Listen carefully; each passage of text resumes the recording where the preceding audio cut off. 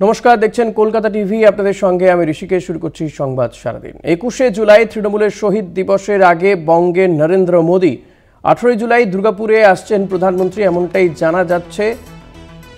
21শে জুলাই তৃণমূলের শহীদ দিবসের আগে বঙ্গে নরেন্দ্র মোদী। আমরা জানি মাত্র কিছুদিন আগেই প্রধানমন্ত্রী নরেন্দ্র মোদী তিনি এসেছিলেন আলিপুরদুয়ারে, একটি সভা করেন, সরকারি অনুষ্ঠানে যেমন অনুষ্ঠানে যোগ দিয়েছিলেন, পাশাপাশি রাজনৈতিক সভাও করেন।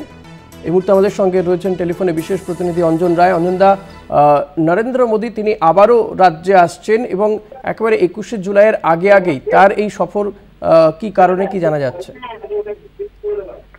দেখো, এর আগে আমরা 4-5 দিন আগেই আমরা বলেছিলাম যে 18 তারিখ বঙ্গে মোদী আসছে, কিন্তু জায়গাটা তখনও ঠিক ছিল না। দমদম অথবা দুর্গাপুর এরকম জায়গা ঠিক চূড়ান্ত হয়নি, ভাবা হচ্ছিল। কিন্তু আজকে জানা গেছে যে যেহেতু তিনি বিহারের ইলেকশন উপলক্ষে বিহারে যাবেন, সেই কারণে তার পক্ষে সুবিধা হবে অন্ডাল বিমানবন্দরে নেমে দুর্গাপুরে সভা করা। সেক্ষেত্রে দমদমটা তার পক্ষে একটু অসুবিধা হবে।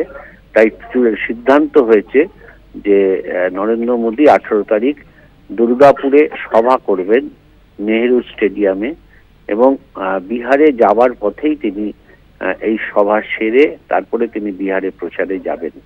তাই আশা করা হচ্ছে যে হয়তো একদম সকালের দিকে, অর্থাৎ 11টা বা 12টার দিকেই তিনি জনসভা করে তারপর বিহারে যাবেন।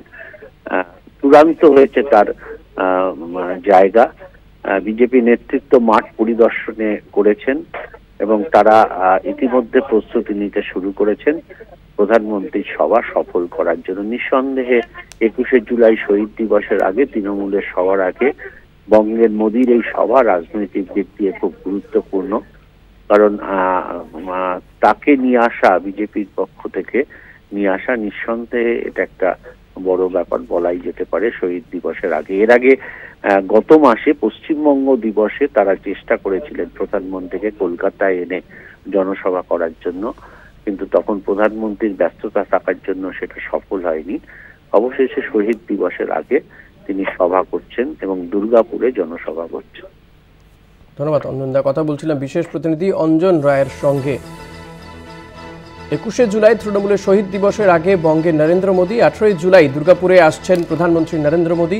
দুর্গাপুরে জনসভা করবেন মোদী। ইতিমধ্যেই শুরু হচ্ছে তার প্রস্তুতি।